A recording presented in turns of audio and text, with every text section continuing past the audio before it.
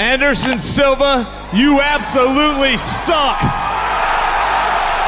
Chael Sonnen, le showman provocateur, se retrouva une fois de plus en face du plus grand champion de l'histoire de l'UFC, Anderson Silva. Leur revanche n'était pas un simple combat, c'était un événement que le monde attendait. Lors de leur premier affrontement, Sonnen avait choqué tout le monde, dominant Silva avec des frappes puissantes pendant presque 5 rounds. Chaque coup touchait avec une précision impitoyable et maintenait le Brésilien en défense. Seule une clé de bras de dernière minute sauva Silva et préserva sa ceinture. Beaucoup parlèrent de chance et la revanche devint l'occasion pour Sonnen de prouver qu'il pouvait détrôner la légende. Dès la cloche d'ouverture, Sonnen imposa sa volonté, il pressa Silva contre la cage et chercha sans relâche la mise au sol. Le premier round fut une démonstration de contrôle aux pressions suffocantes et points martelant la garde du champion. La foule sentit l'histoire se jouer. Un instant, on crut que le règne d'Anderson touchait à sa fin, mais le deuxième round raconta une autre histoire. Silva resta calme et s'ajusta comme un maître d'échecs. La première tentative de mise au sol, il la contrit et ils restèrent longtemps en clinch. Puis Sonnen trouva un coup parfait qui toucha le menton de Silva. Désespéré, Sonnen tenta de nouveau la mise au sol, mais Silva avait déjà anticipé les mouvements. Cette fois, le champion le reçut avec précision et fureur. Le tournant fut brutal et soudain, une attaque mal chronométrée laissa Sonnen coincé contre la grille. Silva décocha un genou aux côtes, puis une rafale de frappe qui secoua l'arène. Chaque coup tombait comme un marteau, laissant Sonnen sonner. Il se releva à peine, mais Silva porta encore un coup tonitruant. Cette fois, Sonnen fut mis KO net. La foule explosa alors que l'aura de l'araignée brillait plus fort que jamais. Cette revanche n'était pas seulement la défense d'une ceinture, c'était la preuve que les légendes ne survivent pas par hasard. Quand la tempête arrive, elles s'élèvent au-dessus et rappellent au monde pourquoi elles sont intouchables.